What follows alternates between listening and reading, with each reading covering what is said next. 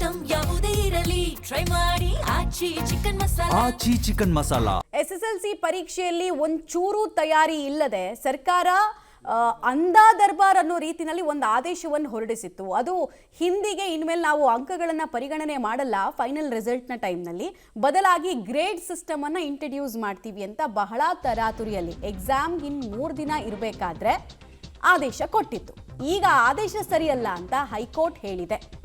ಮತ್ತೆ ಅಂಕ ಪದ್ಧತಿಯನ್ನ ಮುಂದುವರಿಸುವಂತೆ ಹೈಕೋರ್ಟ್ ಸೂಚನೆಯನ್ನ ಕೊಟ್ಟಿದೆ.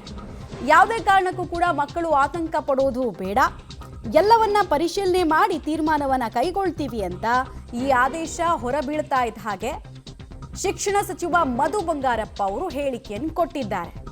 ಆತಂಕ ಆಗದೇ ಇರುತ್ತಾ ಮಕ್ಕಳಿಗೆ ಅನ್ನೋದು ನಮ್ಮ ಪ್ರಶ್ನೆ. ಯಾಕಂದ್ರೆ ಇವರು ಎಕ್ಸಾಮಿಗೆ 3 ದಿನ ಮುಂಚೆ ನೀವೇನು ಮಾರ್ಕ್ಸ್ಗೋಸ್ಕರ ಓದಬೇಡಿ, ನೀವು ಗ್ರೇಡ್ಗೋಸ್ಕರ ಓದಿ ಅಂತ ಹೇಳಿ ಈಗ ಆತಂಕ ಪಡಬೇಡಿ ಅಂದರೆ ಎಂಥ ಪ್ರಮಾದ ಇದು ಮಾಡಿರೋದು ಶಿಕ್ಷಣ ಇಲಾಖೆ. ಅವ್ರ ಅರಿವಿಗೆ ಅಟ್ಲೀಸ್ಟ್ ಇದು ಬರ್ತಾ ಇದೆಯಾ ಗೊತ್ತಾಗ್ತಿಲ್ಲ ನಮಗೆ. ಫಸ್ಟ್ ಶಿಕ್ಷಣ ಸಚಿವರು ಏನು ಹೇಳಿದ್ದಾರೆ ಕೇಳಿಸ್ಕೊಳ್ಳೋಣ. ಈಗ ಏನು ಹೈಕೋರ್ಟಲ್ಲಿ ಆದೇಶ ಬಂದಿರತಕ್ಕಂಥದ್ದು, ಬೆಳಗ್ಗೆ ನಾನು ಕೂಡ ಅಡ್ವೊಕೇಟ್ ಜನರಲ್ ಅವ್ರ ಜೊತೆಗೆ ಮೀಟಿಂಗನ್ನು ಮಾಡಿದೆ.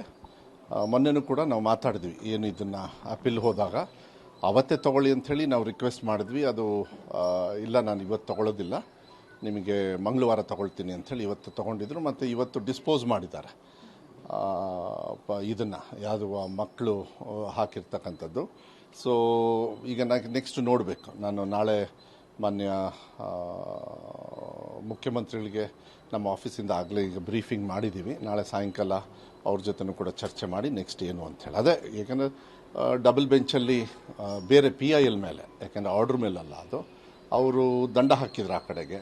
ಇವರು ಈ ಥರ ಹೇಳಿರೋದ್ರಿಂದ ನಾನು ಮಾನ್ಯ ಮುಖ್ಯಮಂತ್ರಿಗಳಿಗೆ ಮಾತಾಡಿಕೊಂಡು ನೆಕ್ಸ್ಟ್ ಏನು ಮಾಡಬೇಕು ಅಂತ. ಇವರೇನು ಹೇಳ್ತಾ ಇದ್ದಾರೆ, ಭಾಳ ಹೇಳಿದ್ರಂತೆ, ಇಲ್ಲ ನೀವು ಈ ವರ್ಷ ಬಿಟ್ಬಿಡಿ, ಇದನ್ನು ಮುಂದಿನ ವರ್ಷ ನೀವೇನು ಬೇಕಾದ್ರೆ ರೂಲ್ಸ್ ಮಾಡ್ಕೊಳ್ಳಿ, ಬಟ್ ರೂಲ್ಸ್ನ ಇಂಪ್ಲಿಮೆಂಟ್ ಮಾಡಿ ನೀವು ಮಾಡಿ, ಇದನ್ನು ಬೇಡ ಅಂಥೇಳಿ ಅವರು ಹೇಳಿದ್ದಾರೆ.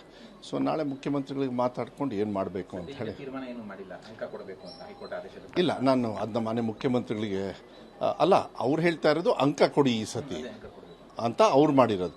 ಸೊ ಅದ್ರ ಮೇಲೆ, ಯಾಕೆಂದರೆ ನ್ಯಾಯಾಲಯ ಏನು ಹೇಳುತ್ತೆ ಆ ಕಡೆಗೆ, ನಮ್ದೇನು ಅಂದರೆ ಕನ್ನಡ ಆತಂಕ ವಿದ್ಯಾರ್ಥಿಗಳಿಗೆ ಆಗೇ ಆಗತ್ತೆ. ಯಾಕಂದ್ರೆ ಈಗ 625ಕ್ಕೆ 625 ಅಂಕವನ್ನ ತೆಗೆದುಕೊಳ್ಳೋ ಸಾಮರ್ಥ್ಯ ಇರೋ ಹುಡುಗರು ಏನ್ ಮಾಡ್ತಾರೆ, ಗ್ರೇಡ್ ಸಿಸ್ಟಮ್ ಅಲ್ವಾ, ಬಿಡಿ ಬೇರೆ ಕೋರ್ ಸಬ್ಜೆಕ್ಟ್ಗೆ ಹೆಚ್ಚು ಫೋಕಸ್ ಮಾಡೋಣ ಅಂತ ಇದನ್ನ ನೆಗ್ಲೆಕ್ಟ್ ಮಾಡಿದ್ರೆ ಯಾರು ಹೊಣೆ ಮಾರ್ಕ್ಸ್ ಲಾಸ್ಗೆ? 8-10 ಮಾರ್ಕ್ಸ್ ಕಳ್ಕೊಂಡ್ರು ಕೂಡ ಪಾಪ ಅವ್ರು ಗೋಲ್ ರೀಚ್ ಆದಂಗೆ ಆಗಲ್ಲ. ಅಧ್ವಾನ ಇದು. ಇನ್ನೊಂದು ಕಡೆಗೆ ಏಪ್ರಿಲ್ 24ಕ್ಕೆ SSLC ರಿಸಲ್ಟ್ ಬರೋದು ಡೌಟು ಅಂತ ಹೇಳಲಾಗ್ತಾ ಇದೆ. ಫಲಿತಾಂಶ ವಿಳಂಬ ಆಗಲ್ಲ ತೀರಾ ಅಂತ ಶಿಕ್ಷಣ ಮಂತ್ರಿಗಳು ಹೇಳ್ತಾ ಇದ್ದಾರೆ. ಫಲಿತಾಂಶ ಒಂದಿನ ಆಚೆ ಈಚೆ ಆಗಬಹುದು ಅಂತಿದ್ದಾರೆ. ಅದೇ ಮೊನ್ನೆ PUC ರಿಸಲ್ಟ್ನಲ್ಲಿ ಆಯ್ತಲ್ಲ, ಬೈ ಎಲೆಕ್ಷನ್ನ ಕಾರಣಕ್ಕೋಸ್ಕರ 1-2 ದಿನ ಮುಂದಕ್ಕೆ ಹಾಕಿದ್ರಲ್ಲ, ಹಾಗೆ ಇಲ್ಲೂ ಕೂಡ ಆಗಬಹುದು, ತೀರಾ ಏನು ವಿಳಂಬ ಆಗಲ್ಲ ಅನ್ನೋದು ಶಿಕ್ಷಣ ಸಚಿವ ಮಧು ಬಂಗಾರಪ್ಪ ಅವ್ರು ಕೊಟ್ಟಿರೋ ಹೇಳಿಕೆ. 100% ಡಿಲೇ ಆಗಲ್ಲ, 100% ಡಿಲೇ ಆಗಲ್ಲ.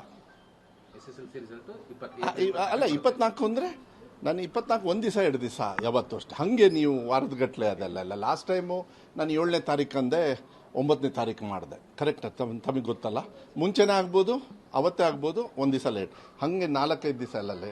ಮಕ್ಕಳು ಯಾವುದೇ ಥರದ ಆತಂಕ ಬೇಡ, ರಿಸಲ್ಟು ಚೆನ್ನಾಗ್ತದೆ, ವಿಶ್ವಾಸ ಇದೆ.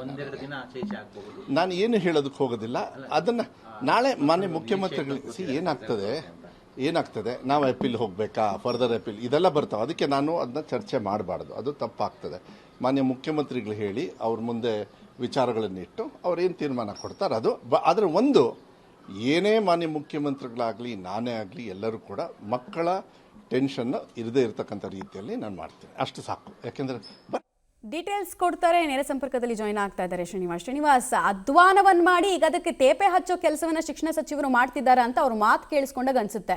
ಬಿಕಾಸ್ ರಾಜ್ಯದಲ್ಲಿ 90%ಕ್ಕೂ ಹೆಚ್ಚು ವಿದ್ಯಾರ್ಥಿಗಳು ತಮ್ಮ ಥರ್ಡ್ ಲ್ಯಾಂಗ್ವೇಜ್ ಆಗಿ ಹಿಂದಿಯನ್ನು ತಗೊಂಡಿರೋದ್ರ ಸ್ಟಾಟಿಸ್ಟಿಕಲ್ ಡೇಟಾ ಇದೆ ನಮ್ಮ ಹತ್ರ.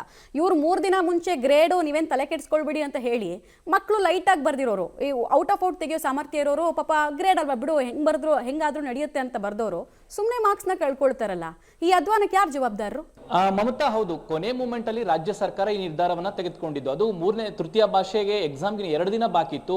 ಆಗ ಶಿಕ್ಷಣ ಸಚಿವರು ಸುದ್ದಿಗೋಷ್ಠಿಯನ್ನ ಮಾಡಿ ಈ ಬಾರಿ ತೃತೀಯ ಭಾಷೆಯನ್ನ ವ್ಯಾಲಿಡ್ ಮಾಡೋದಿಲ್ಲ, ಅದಕ್ಕೆ ಗ್ರೇಡ್ ಅಂಕಗಳನ್ನ ಕೊಡ್ತೀವಿ ಅನ್ನುವಂಥದ್ದು. ಅಂದ್ರೆ 625ಕ್ಕೆ ಬದಲಾಗಿ 525ಕ್ಕೆ ಮಾತ್ರ ಈ ವರ್ಷ ಎಕ್ಸಾಮ್ ಇರುತ್ತೆ ಅನ್ನುವಂಥದ್ದು ಆದೇಶವನ್ನ ಮಾಡಿದ್ರು. ಸೊ ಇದು ಸಹಜವಾಗಿ ನೀವು ಹೇಳಿದಾಗೆ ಒಂದಿಷ್ಟು ವಿದ್ಯಾರ್ಥಿಗಳಿಗೆ ಗೊಂದಲಾಯಿತು, ಅದನ್ನ ಅಂಕಕ್ಕೆ ಪರಿಗಣನೆ ತೆಗೆದುಕೊಳ್ಳೋದಿಲ್ಲ, ಹಾಗಾಗಿ ಅದ್ರ ಬಗ್ಗೆ ಹೆಚ್ಚು ಫೋಕಸ್ ಮಾಡೋದು ಬೇಡವಾ ಅನ್ನುವಂಥ ನಿಟ್ಟಿನಲ್ಲಿ ಎಕ್ಸಾಮ್ ಬರೆದಿರುವಂತ ಉದಾಹರಣೆಗಳಿದ್ದಾವೆ. ಆದ್ರೆ ಈಗ ಹೈಕೋರ್ಟ್ ಆದೇಶ ಮಾಡಿರುವಂತದ್ದು ಗ್ರೇಡ್ ಸಿಸ್ಟಮ್ ಬೇಡ, ಅಂಕ ಸಿಸ್ಟಮ್ ಅನ್ನೇ ನೀಡಬೇಕು ಅನ್ನುವಂಥದ್ದು. ಅಂದ್ರೆ 625 ಅಂಕಗಳಿಗೆ ಕೊಡಬೇಕು ಅನ್ನುವಂತ ಆದೇಶವನ್ನ ಮಾಡಿದೆ. ಹೀಗಾಗಿ ಯಾರು ವಿದ್ಯಾರ್ಥಿಗಳು ಹೆಚ್ಚು ಗಮನ ಕೊಟ್ಟಿರಲಿಲ್ಲ ಅವರಿಗೆ ಅಂಕಗಳು ಕಡಿಮೆ ಬರುವಂತಹ ಸಾಧ್ಯತೆ ಇದೆ.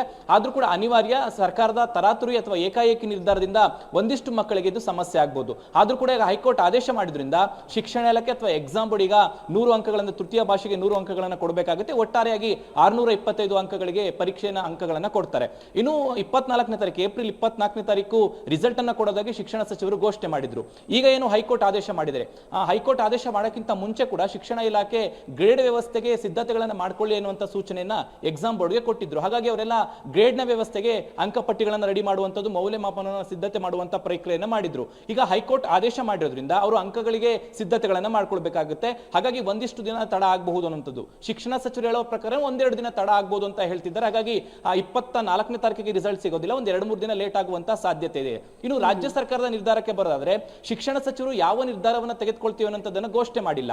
ನಾಳೆ ಸಂಜೆ ಸಿಎಂ ಅವರ ಜೊತೆ ಮಾತುಕತೆಯನ್ನು ಮಾಡಿ ಏನ್ ಮಾಡಬೇಕು ಅನ್ನುವಂಥದ್ದು, ಸಿಂಗಲ್ ಬೆಂಚ್ ನ ಏನು ಆದೇಶ ಇದೆ ಅದಕ್ಕೆ ಸಂಬಂಧಪಟ್ಟಂತೆ ಡಬಲ್ ಬೆಂಚ್ ಏನಾದರೂ ಹೋಗ್ಬೇಕಾ, ಸರ್ಕಾರದ ನಿಲುವು ಯಾವ ರೀತಿ ಇರಬೇಕು ಅನ್ನುವಂಥದ್ದನ್ನ ನಾಳೆ ಸಿದ್ದರಾಮಯ್ಯನವರ ಜೊತೆ ನಿರ್ಧಾರ ಮಾಡಿ ಚರ್ಚೆ ಮಾಡಿ ನಿರ್ಧಾರ ಮಾಡ್ತೀವಿ ಅಂತ ಹೇಳಿದ್ದಾರೆ. ಹಾಗಾಗಿ ನಾಳೆ ಯಾವ ನಿರ್ಧಾರವನ್ನ ಸಿಎಂ ಅವರು ಘೋಷಣೆ ಮಾಡ್ತಾರೆ, ಶಿಕ್ಷಣ ಇಲಾಖೆ ಯಾವ ಕ್ರಮಗಳನ್ನ ತೆಗೆದುಕೊಳ್ಳುತ್ತೆ ಅನ್ನೋದನ್ನ ಕಾದ್ ನೋಡ್ಬೇಕಾಗುತ್ತೆ. ಹೈಕೋರ್ಟ್ ಆದೇಶವನ್ನು ಪಾಲನೆ ಮಾಡುವಂತ ಸಾಧ್ಯತೆಗಳು ಹೆಚ್ಚಾಗಿದ್ದಾವೆ. ಆದ್ರೂ ಕೂಡ ಸರ್ಕಾರದ ನಿಲುವು ಏನು ಅನ್ನುವಂಥದ್ದು ಬಹುಶಃ ನಾಳೆ ಸಂಜೆ ಅಷ್ಟೊತ್ತಿಗೆ ನಮಗೆ ಸ್ಪಷ್ಟವಾಗಿ ಗೊತ್ತಾಗುವಂತ ಮಾಹಿತಿ ಇದೆ.